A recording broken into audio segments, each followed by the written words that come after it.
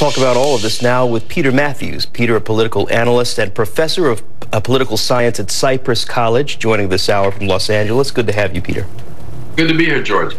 So we know that the House Speaker, Nancy Pelosi, spoke with President Trump and asked him to call off the raids. Do you see this as a true olive branch from the president to Democrats, or do you see something more in it?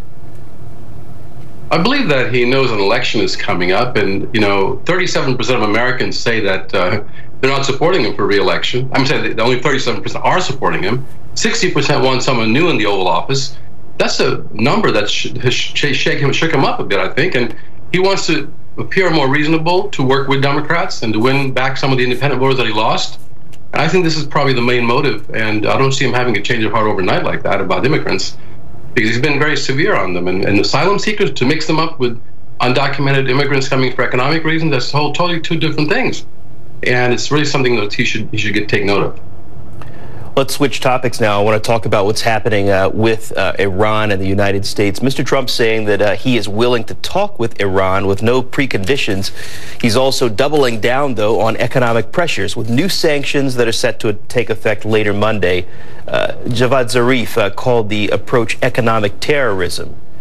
Does this pressure move Iran, in your view, back to the negotiating table, or does it push them to dig deeper? I think you're seeing them already digging deeper, and shooting down that drone was part of their effort to stand strong in their point of view against the U.S. sanctions.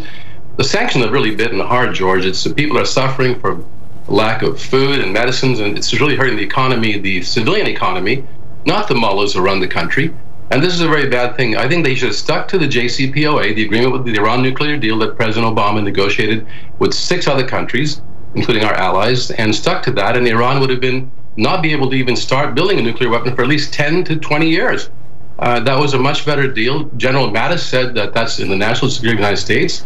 He shouldn't get rid of it, but President Trump withdrew from that and put heavy sanctions on Iran, which is very counterproductive in my view.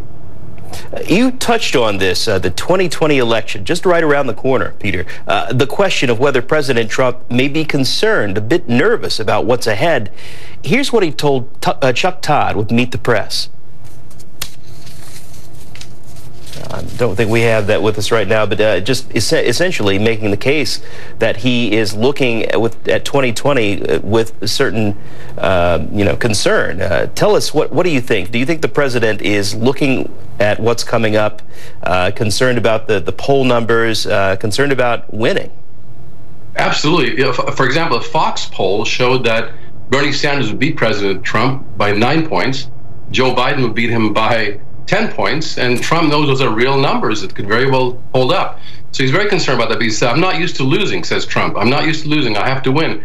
I wonder if he's also concerned what could happen once he's out of office with some of the investigations that began while he was in office. That's another thing he should be thinking about very seriously. He might be actually thinking about that, and he really wants to win at least 4 more years.